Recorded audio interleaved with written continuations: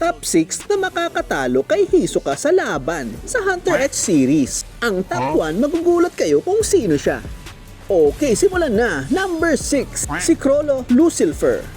Lumaban sila sa Sky Arena at natalo si Hisoka. Muntik na siyang mayatap dito. Top 5, Silva Zoldyck, ang legendary assassin. At ang kanyang ama na si Zeno Zoldyck. Walang tsansa dito si Hisoka manalo. Kahit nga si Chrollo tinalo ng mga to. Nakaligtas lang siya dahil kay Illumi. Okay, top 3, OP na si Jinfrix.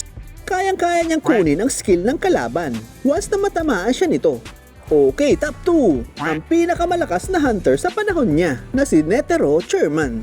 Kinakatakutan dahil sa skill niyang Gintong Buddha. Ilang beses na nagharap sila ni Zeno at wala itong laban sa kanya. Okay, top 1, walang iba kundi si Gon Freaks. Pag nakakaramdam siya ng kalungkutan at sobrang galit, nagbabago ang anyo nito. Dahil dun, kaya niyang tumapat sa hari ng Chimera na si Meruem. Tinalo niya pa nga si Neferpitou ang pinakamalakas na royal guard ng hari, ng 2 tira lang.